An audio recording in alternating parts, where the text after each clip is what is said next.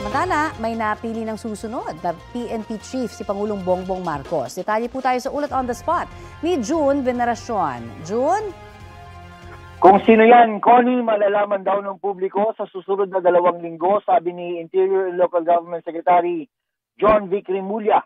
Ayon kay Secretary Remulla, nag-usap na sila ng Pangulo at sa pag-uusap na yon ay may napili na raw na kapalit ni PNP Chief Romel Francisco Marbil na ang term extension ay magtatapos sa June 7.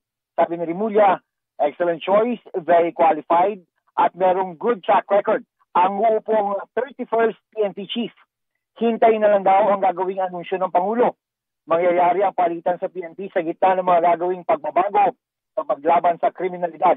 Sabi ni Remulla, target nila ang 3-minute response time sa buong Metro Manila. Bubuhusan daw ito ng kagamitan para matupad. Ang pagpapatupad ng 3-minute response time ay magiging sukatan daw ng promotion at career growth ng mga commander. Gagawin na rin daw unified ang 911.